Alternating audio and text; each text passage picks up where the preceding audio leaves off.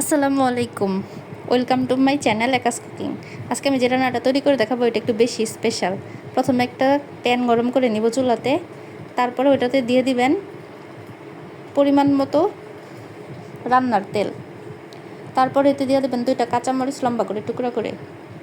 কাঁচামরিচগুলো একটু হালকা তেলে ভেজে তার মধ্যে দিয়ে দিবেন লাল শাক কুচি করে রেখেছিলাম আগে, এই কারণে কুচি করাটা দেখাইলাম আপনাদের। এই লাল শাকটা তেলের সাথে ভালো করে মিশিয়ে নেবেন। মিশিয়ে নেওয়ার পর তাতে দিয়ে দিবেন সামান্য পরিমাণে পানি। এই পানিটা দেওয়ার কারণ আছে, নর্মালি শাক রান্না করতে গেলে পানি লাগে না, কিন্তু আমি পানিটা কেন দিচ্ছি সেটা আপনারা পরে বুঝতে পারবেন। তারপরে তাতে দিবেন একটুখানি লবণ, আর সাথে দিবেন 1 চা চামচের মতো আদা রসুনের পেস্ট। তারপরে একটু ভালো করে মিশিয়ে নিয়ে ঢাকনা দিয়ে ঢেকে দিবেন যাতে বলক উঠে যায় সিদ্ধ হওয়ার জন্য। তারপর ঢাকনাটা খুলে আবার একটু নাড়াচাড়া করে তাতে দিয়ে দিব 1 চা চামচ পরিমাণ সয়া সস দিয়ে আবার ঢেকে দিব। ঢেকে দেওয়ার পর ঢাকনাটা খুললে দেখবেন বলক চলে আসছে। মনে হইতেছে লাল শাকটা প্রায় সিদ্ধ হয়ে গেছে। এরপর এতে দিয়ে দিলাম 1 প্যাকেট নুডলস, হালকা ভেঙে ভেঙে টুকরা করে।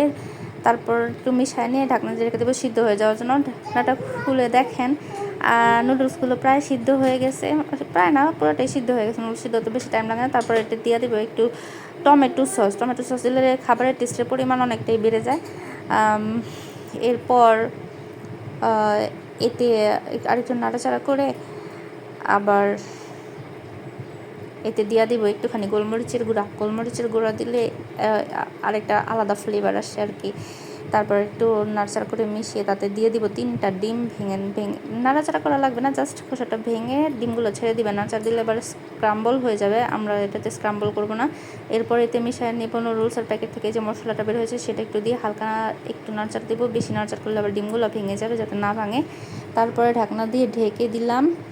তারপর 3-4 মিনিটের মতো রান্না হলে ঢাকনাটা খুলে দেখবেন যে নুডলস আর লাল শাকের কম্বিনেশনে রান্না হয়ে গেছে। অ্যাকচুয়ালি এটাকে একটা লাল শাকের স্যুপ নুডলস বলা যায়, যেটা খুবই হেলদি হয়ে থাকে। যারা লাল শাক সহজে খেতে চায় না তাদেরকে এরকম করে খাওয়ালে খাবে। বাচ্চারা সাধারণত এটা পছন্দ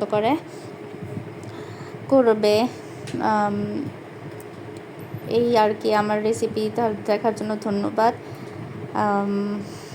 সাবস্ক্রাইব করে দেবেন চ্যানেল।